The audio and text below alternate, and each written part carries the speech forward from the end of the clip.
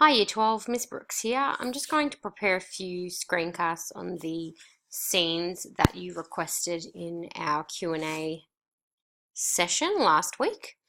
I'm going to start with the Alias Grey quote from the very beginning.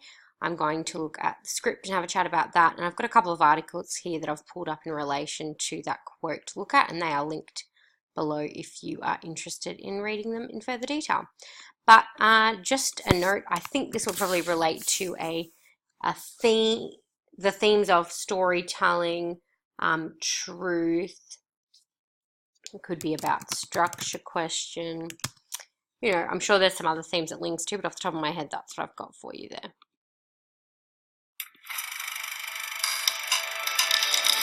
And that sound there, that is, you can hear in the background, is film rolling through, and that's called, you know, the celluloid is the sound that film makes.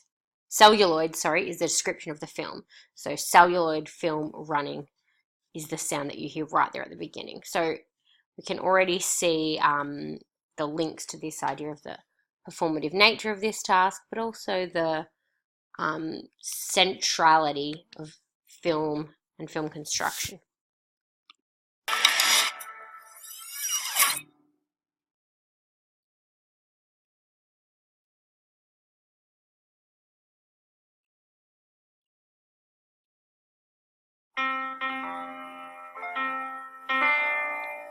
The piano tune in the background is Abraham Lass, and I think the track is called Tranquility, but I will check that. It's on the YouTube link if you need to find it. And this is footage shot on a train moving through Canada in the winter months. You know, it's blurry. Nothing's kind of a single object, it's just constantly moving. And it is it the idea that we're on a road somewhere. This is a journey for Sarah, something like that. You might link to it. You're in the middle of a story. It isn't a story. And we've just got these glimpses, these snatches of this woman, Diane Polly, are going to occur. And that first one was her on the train looking out the window. And that same footage appears when Michael is talking about the Diane considering the abortion of Sarah later in the film. A story.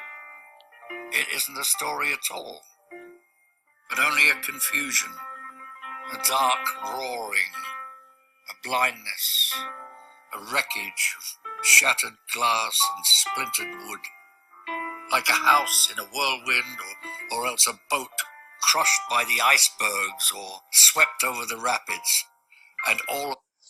So during this quote, you're seeing this myriad or multitude or just these numerous images of family life, and you've got, you know, particularly centered around the woman, Diane Polly. There is no single concrete image of her, simply, or rather, a series of glimpses at the many parts of her life. You know, and I think it's reiterating that, you know, in the middle, it doesn't make sense. So let's go and have a look at that quote. When you're in the middle of a story, it isn't a story at all, but only a confusion. You could say it is a confusion. All of these glimpses, all of these moments, all of these seconds of footage from all these different parts of her life, it's unclear who she is or what she was. She is like a house in a whirlwind.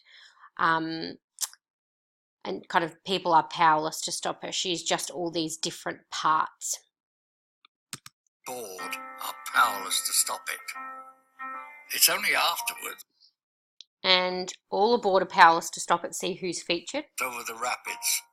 And all aboard Michael, are powerless to stop it. Harry. It's only afterwards that it becomes anything like a story at all. When you're telling it. Only afterwards, as in Sarah's birth and then Diane's death, that it becomes a story at all.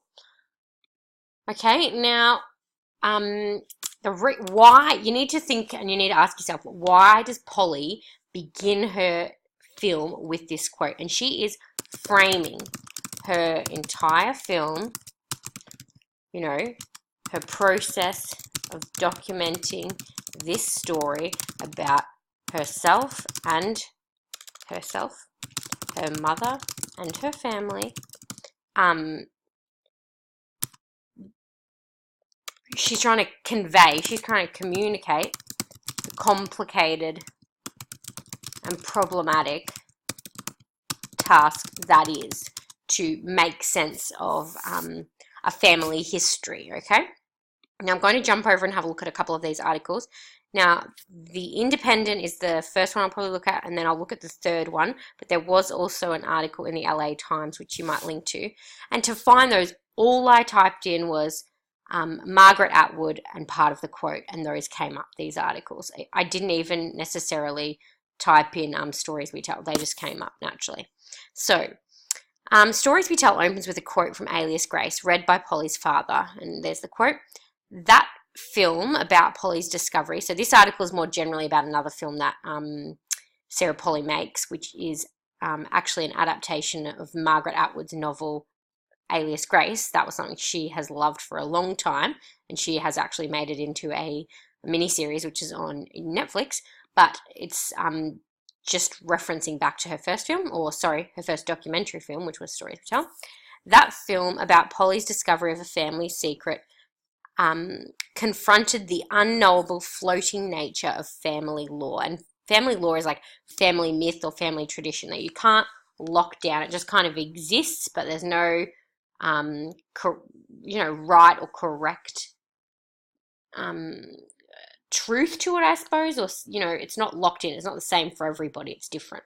Grace, which is the protagonist in this story, Alias Grace, is in Atwood's novel, is a shapeshifter too. Her guilt or innocence is unfixed. So you might say in a paragraph that Diane's guilt or innocence in this whole affair, double meaning there, is unfixed. It's not clear whether she is innocent or guilty, and I don't think even Polly is trying to come to an answer about whether she's guilty or innocent. She's simply telling the story and trying to document the storytelling process, but she's not coming to a conclusion about that.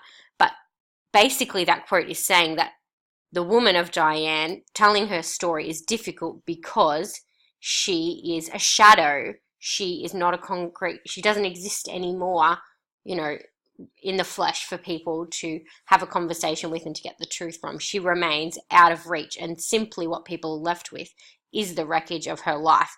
And that is what Polly is trying to make sense of in making her film. Now, the other link here is this is the Denver Post article. It's the third one. And it says, Sarah Polley's beautifully woven documentary stories we tell about how family history is made, remembered, and retold. That's a great little phrase. I'd definitely put that in my introduction or my conclusion, because I think that's a beautiful little way to encapsulate what Stories We Tell is about. Begins with an extended quote from Margaret Atwood's Alias Grace, and you could steal that phrase as well. Read by the director's father, Michael Polley. The director is currently adapting blah, blah, blah. That's the quote. This is the director's third feature film documentary. Like many a memoir-style journey, Stories, as in Stories We Tell, raises thorny questions about who has the right to recount the family tale. Here the story is about Polly's mother, actress Diane Polley, who died in 1990 at the age of 54. Like only the best of the non-fiction form, Stories We Tell mines the utterly particular, and it gets pretty interesting to reveal the touchingly universal aches. And she said, tell me the whole story. And they do, each in their own way, to astonishing effect, because the stories they tell just show the different perspectives that they have, but that doesn't make them different. That doesn't mean that different truths exist, it's just different perspectives, as Harry would say.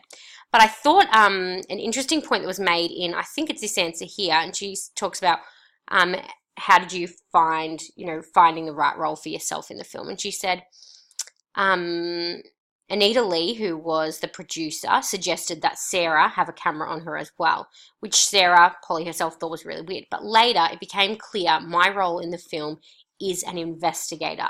I wanted to veer away, so to step away or move away or diverge away from a sort of traditional personal doc where I'd have a kind of voice of God voiceover, which is the traditional form.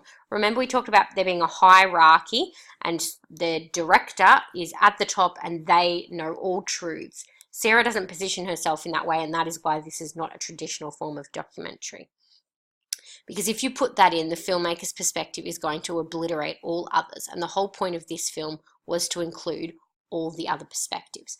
So I will link that article, or that article is linked below, so you can have a little look at that. But I hope that's a little bit more of an understanding of how you can use that quote.